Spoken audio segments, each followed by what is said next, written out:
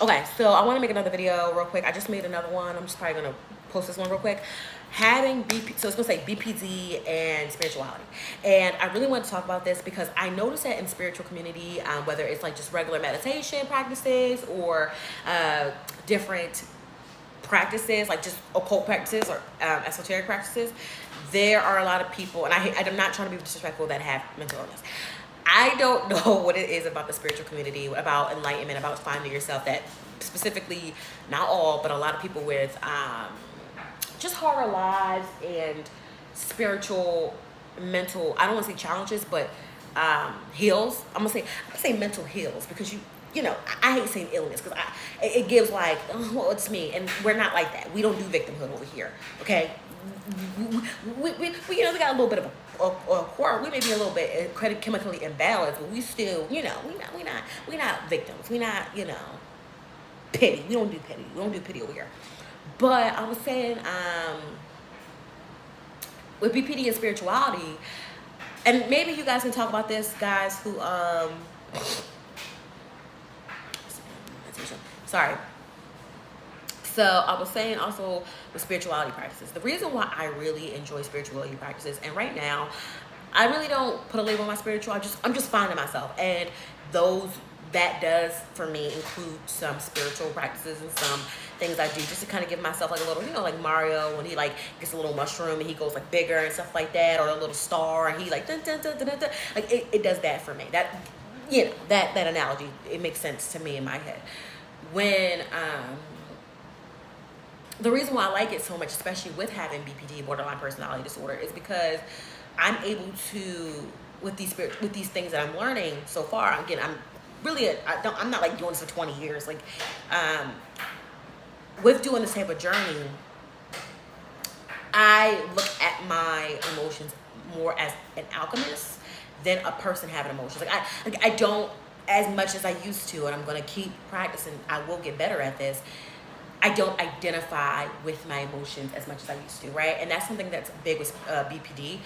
You identify solely with them. That's why it's like, oh my God, because you believe that you are that emotion. That emotion, it swallows you up and eats you alive, realistically. You with alchemy, you know, specifically what I've, you know, that's one of the philosophies I've kind of picked up on. I'm able to look at my emotions as if they're on a plate and I'm looking at it objectively.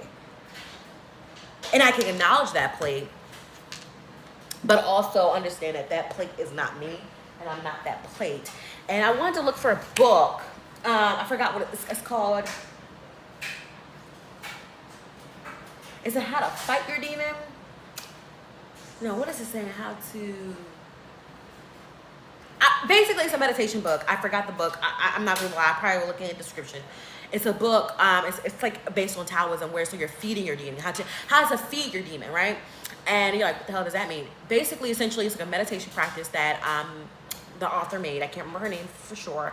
And, well, not made, but she picked, you know, she kind of like whatever, revamped it. You know how white people do. And basically, you essentially, like, through meditation, you figure out the underlying reasons for your indulgence and your desires. And instead of just pushing them away or ignoring them, or saying that you shouldn't have these feelings, or you even let them like consume you, you nurture it. She kind of had an analogy in the book, like, okay, if you feed your daughter a DVD when she really wants love, that's not going to work. But if you stop, give that daughter or your loved one, whomever, that love, they're more inclined to be receptive to the information and their emotions more managed. And that's something that I really like, is that what it's taught me to do so far is to look at my emotions without solely identifying with them. And the biggest thing I'm learning too, that this is in Tantra Buddhism specifically, is non-dualistic thinking, right? Meaning that trying to think, and this is hard for me right now, seeing my emotions, not making a judgment, right? Not bad or good, and then nurturing that, right? A prime example is I was feeling a little bit lonely, right? I was feeling a bit lonely. And I was doing things that subconsciously, right? But it's all my desires are not conscious to me. They're not like, it's like a middle ground. Like, people think, oh, well, it's from subconscious to conscious. There is a middle ground there. There's a middle ground where it's like I'm in baggage claim. And I'll tell you what that means later. But what I'm saying is, I was feeling lonely, and I was doing things like, for instance, reaching out to people or persons that I really didn't want a connection with, but to soothe that loneliness, to soothe the quietness, to soothe the sense of being alone, I entertained that person. And unfortunately, or not fortunately, by the grace of God, that person ended up saying something which ended up making me having to go through a spiral of emotions, not in a bad way, because pretty much I relatively recovered, kind of, not easily, but I kind of was able to talk myself off the ledge per se, and really identify my emotions and understand just now, okay, that it's for an emotional need. So that's why I really like spirituality. I'm not saying you can't be a Christian and do this, or a Buddhist, or a Jew, or anything like that. I just noticed with my personal experience with spirituality, especially with different like philosophical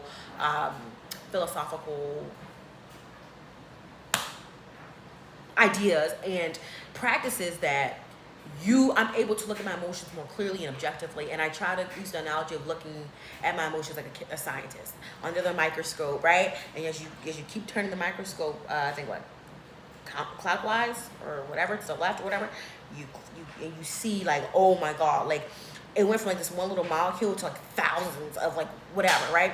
And that's kind of what your emotions can be like, especially when you have BPD or any other borderline personality disorder that chemically changes the makeup of your brain.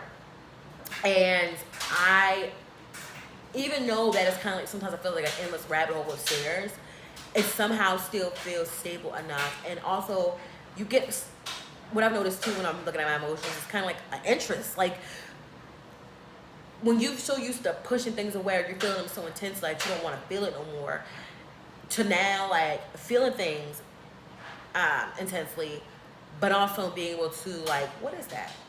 Why do I feel like that? Why do I? Like, that can be empowering within itself and liberating within itself, because you're able to effectively handle and manage your emotions, which back in the day for me, like even now, I'm not perfect, it was really difficult. So I would just say, if you have any like mental illness, specifically BPD, or other things that kind of, your emotions, or you even just need help regularly managing your emotions, just getting to know yourself, I would start with alchemy. And this book this is my first like alchemy book. I was just reading some of it today. It's kind of messed up. I was reading some of it today. This is on Becoming an Alchemist, A Guide for the Modern Musician by Catherine McCown. Very hard to find her picture. I think I found one picture of her. She's very like hush hush and out. Beautiful book. This is the type of book that you keep reading over and over again. That you think about something like, let me she say that, because it's such a book that is just deep and just so amazing. And yeah, so that's what I would start on.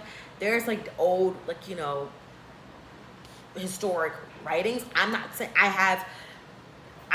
have read some of them, but when I'm ready to receive that information and I'm able to receive it, and it actually makes sense what the hell they're saying, then I probably will. We'll probably go deeper into that in this channel. But that is pretty much what I have to say about that. You're not alone, and I know what it's like to be depressed. I know what it's like to feel whatever, but you will get through it. I promise you. If I got through it, anybody can. And I'm not saying that to be like cute or quirky, like I'm dead fucking serious. If I got through it, you should too. And if you don't, you ain't trying hard enough for me. Okay? You're not. Anyway, go get this book if you're interested in alchemy. And yeah, have a good one.